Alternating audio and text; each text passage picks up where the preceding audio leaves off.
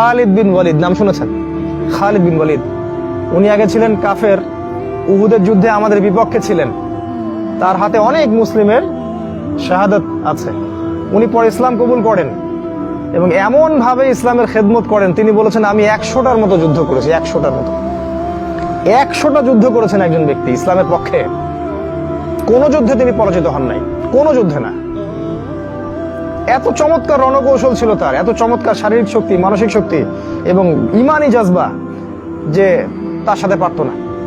এই খালিদ বিন ওয়ালিদের সামনে একজন সাহাবী, তার নাম সালিম রাদিয়াল্লাহু আনহু, তিনি কোরআন তেলাওয়াত করছিলেন।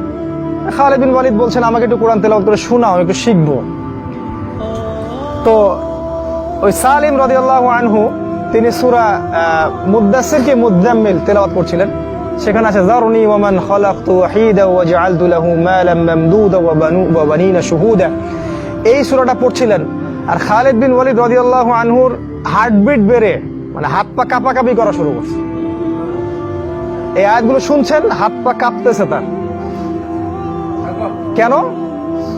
কারণ এই আয়াতগুলো নাজিল হয়েছিল তার বাবার জন্য, তার বাবা ওয়ালিদের জন্য এই আয়াতগুলো নাজিল হয়েছিল। তার বাবা ওয়ালিদ ইসলাম কবুল করেনি, কোরআনকে অস্বীকার করেছিল, তার বিপক্ষে এই আয়াতগুলো নাজিল হয়েছে। যারনি ওয়া মান খালাকতু ওয়াহিদা ওয়া জাআলতু লাহু মালাম মামদুদা ওয়া বানিনা শুহুদা ওয়া মাহাদতু লাহু তামহিদা, এই আয়াতগুলো। উনি ওর বাবার আয়াতগুলো শুনে থরথর করে কাঁপছেন। বিখ্যাত বীর, 100 যুদ্ধ করা মানুষ। আলী রাদিয়াল্লাহু আনহুর নাম শুনেছেন? যখন কোরআন তেলাওয়াত করা হতো তিনি আর কাউকে চিনতেন না। আজান যখন হতো তার স্ত্রীকে তিনি চিনতেন না। আবু বকর সিদ্দিকের নাম শুনেছেন? মানুষটা নরম ছিলেন। যখন তিনি সালাতে কোরআন তেলাওয়াত করতেন, গালাবা আলাইহিল বুকা বলা হয়, তার উপরে ক্রন্দন বিজয়ী হতো। তিনি এত কান্নাকাটি করতেন যে নামাজে আগাইতেই পারতেন না। কোরআন তেলাওয়াত করে এত কান্নাকাটি করতেন, নামাজে আগাইতে পারতেন না।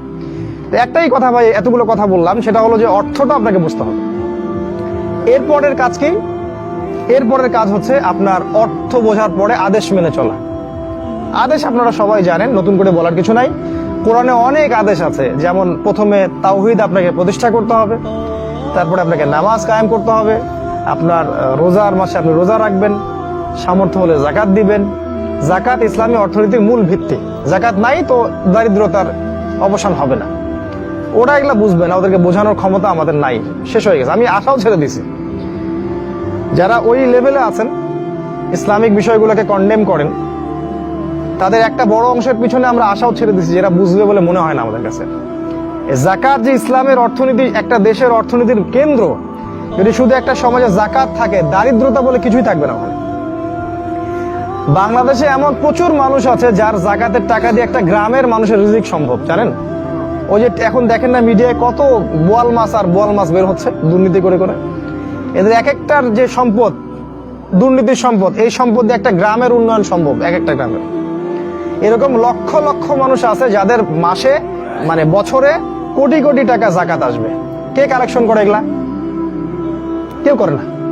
ওই বাইরের কাছ থেকে ঋণ নিয়ে, লোন নিয়ে, সুদের উপর লোন নিয়ে দেশ চালাচ্ছি।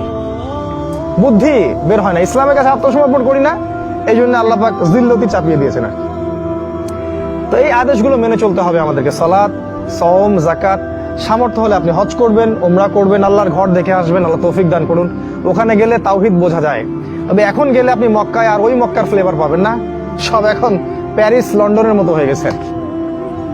ওই মদিনার ওই সুগন্ধ, ওই ফ্লেভার আর নাই। ওই রাস্তায় হাঁটলে এখন মনে হয় না এই রাস্তায় নবীজি হেঁটেছেন। সব চেঞ্জ, ওই জিনিসটা আর নাই। সামনে আবার আসবে ইনশাআল্লাহ। মদিনা থেকেই এবং জেরুজালেম থেকেই খেলাফত আবার কায়েম হবে ইনশাআল্লাহ।